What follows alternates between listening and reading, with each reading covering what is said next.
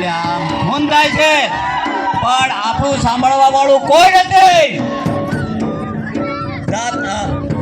દાતા તાલુકાના મગવાસ ગામના અવકાશભાઈ તરાલને પોલીસે ખેડ ભરવામાં ઢોર મારો બેભાન થઈ ગયો, સિવિલ હોસ્પિટલમાં દાખલ કર્યા. પણ એ મગવાસભાઈની એફઆઈઆર પોલીસ વિરોધમાં આજ દિવસ સુધી નોંધાતી નથી.